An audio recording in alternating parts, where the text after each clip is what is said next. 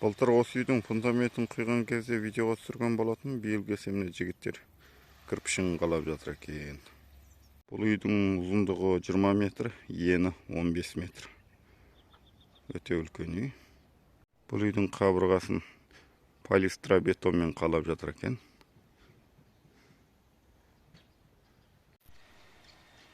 Бұл кірпіштің ерекшелігі жылы, тез қаланады. Әр қатты екен газовлукқа қарағанда. Оңайшылыққа сынбайды.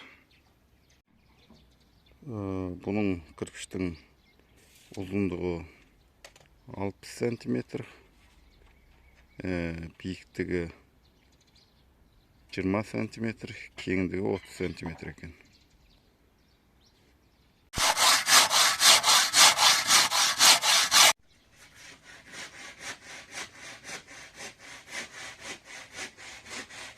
Бұл полистробетондарды арнайы Алматыдан алдырған екен. Енді бағасын қанша екен білмейді екен бұл жігіттер. Мына жерде енді кірпішті жалпағынан қойып жатыр. Биіктігі үйдің 3/20 болады дейді, сонда 16 қатар болады екен. Полистробетонға арналған арнайы клей бар екен. Осыны суға езіп, осының клеймен қалап жатыр екен.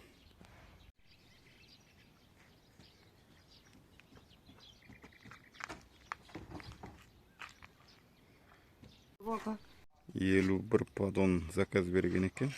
Енді бір падонда енді шамамен 15 кубтай бар екен. 48 дана. Осының бір кубын 20 мың теңгеден қалайды екен столар. Жағы болады екен да, соны қоя салады екен.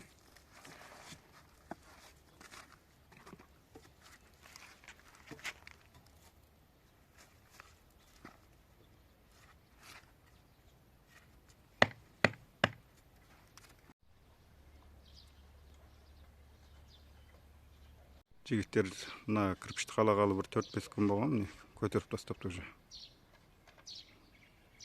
Екі қатар сайын осындай темір қойып отырады екен, связка дейді.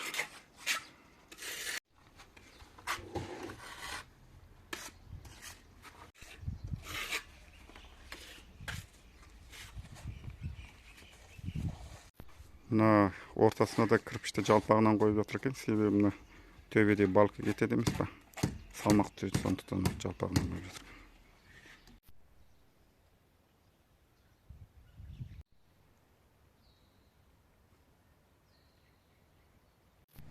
Жұмыс алаңына келмегелі бір 2 апта болып еді.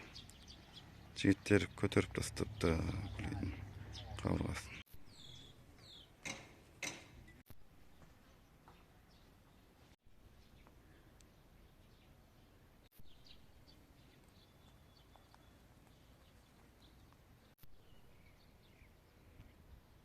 Міне құрылыс алаңына келмегелі бір ай болған, сөйтсем мына жігіттер төбесін көтеріп тастап, ағашын қағып, черепицаны қағуға дайын тұр екен, көріңіздер. Өте әдемі болыпты.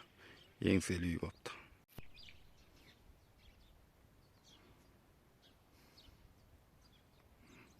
Ал енді ішіне кіріп көрейік. Бөлмелерді қалай бөлген. Былай кірген кезде баспалдақ жер екен. Мына оң жақта бір терраса екен, осы жерде отырып шай ішкенге. Қазіргі көп үйлердің бәрі осындай, мына жақ ас бөлмесі.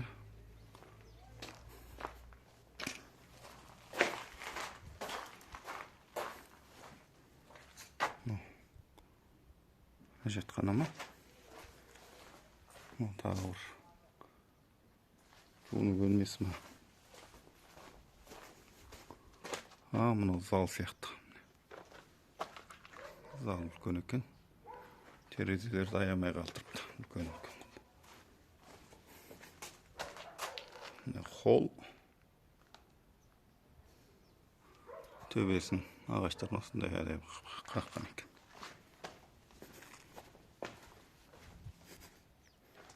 Мына жақта енді жатын бөлмелері. Үйдің жобасы жақсы екен. Bölmeler көп екен. Тағы бір бөлмесі бар екен. Мына жақта не? Гардероб па? Мына жақта тағы бір кішкентай бөлме бар. Мына бір детский ау деймін шамасы.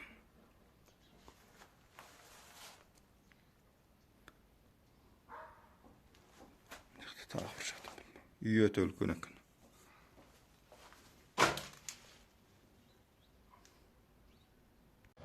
Бүгін келсем жігіттер мына черепицасын қағып жатыр екен уже. Менің көзім ана 6 метрлік ұзын черепицаға үйреніп қалған ғой. Мынау бөлек екен. Арнайы Россиядан алдырған екен бір черепицаны.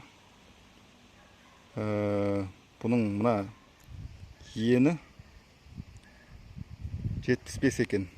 Бұлай ұзындығы 120 екен. Әдетте ана стандарт ұзын черепицадан отход көп қалатын еді, мынадан отход аз қалады екен дейді жігіттер.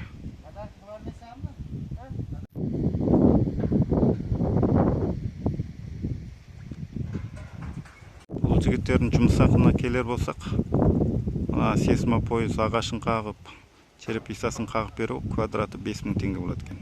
Егер тек қана мына черепицасын қағып беретін болсақ дейді, 3000 теңгеден алады екен.